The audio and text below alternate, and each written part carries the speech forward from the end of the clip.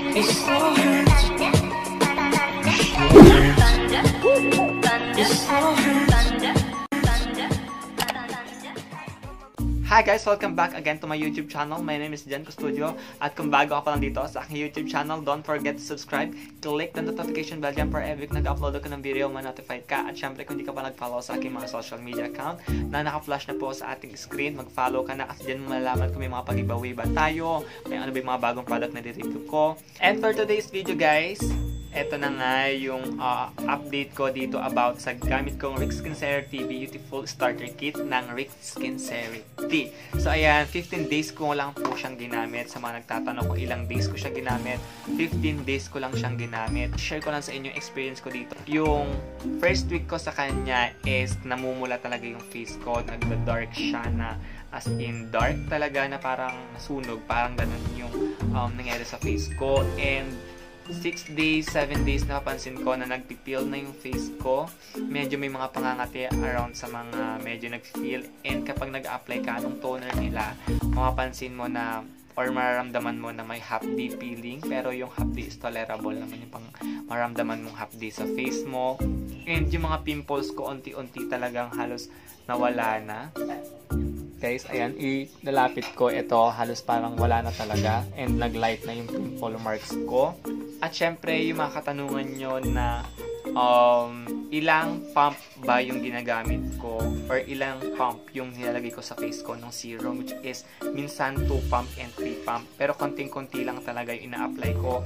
Marami kasi nagko-comment dun sa isang video ko or yung unang video na in-upload ko, which is ang sabi nila na mamula daw yung face nila, nagbabalat, nagda-dry. So normal lang po yun once na gumagamit kayo ng rejuvenating set.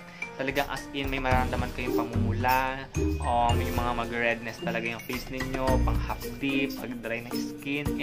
At syempre wag nyo lang kalimutan maglagay ng sunblock everyday para hindi po masunog ang inyong face.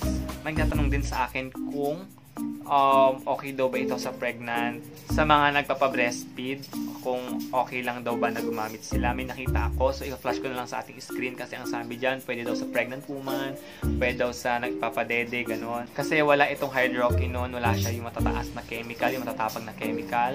At syempre, disclaimer lang, ha guys, disclaimer, kung nag-work po sa aking skin, hindi ko rin po masasabi sa inyo na mag-work din sa inyong skin kasi hindi po tayo pare-parehas ng skin type. At syempre, kung may mga nakita kayong reaction tulad ng pamamaga ng inyong mukha, stop nyo na. So, ibig sabihin may reaction po kayong nangyari sa inyong face. Kung baka allergy kayo, hindi po kayo pwede sa product na to. So, ayun guys, eto sa 15 days na nagamit ko siya, okay na okay ako kasi alam nyo kung pag gumagamit ako ng rejuvenating, kasi 15 days lang talaga. Once na natapos na yung pamamalat, ini-stop ko na siya and babalik ulit ako pag nakita kong haggard ulit yung face ko. Sa ako ibabalik yung paggamit ko netong Rick Sincerity.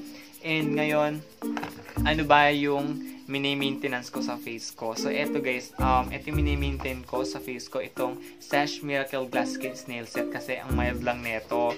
And maganda ito, lalo na kapag kagagaling mo lang sa mga rejuvenating. So guys, antayin nyo yung product review ko netong Sash na to kasi alam ko magugustuhan nyo rin ito. So yun lang naman guys yung ma-update ko sa inyo. Naging okay na yung face ko pagkatapos ko gamitin ng Beautiful Starter Kit ng Rick Sincerity. Hindi na bumalik yung mga pimples ko and ayan, yung mga pores ko halos hindi na halata. Pero dito pa rin talaga yung mga scars. Hindi siya nakatanggal ng mga scars kasi ang scars talaga ay nandyan na yan. So pimple marks, nag-lighten up na siya.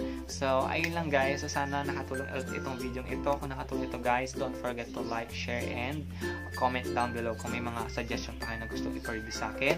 So, kung hindi ka pala pag-search ka dito sa YouTube channel guys, don't forget to subscribe. Click the notification bell dyan for every nag-upload ako ng video, ma-notified ka. So, yun lang guys. Thank you so much for watching and see you on my next video. Bye guys!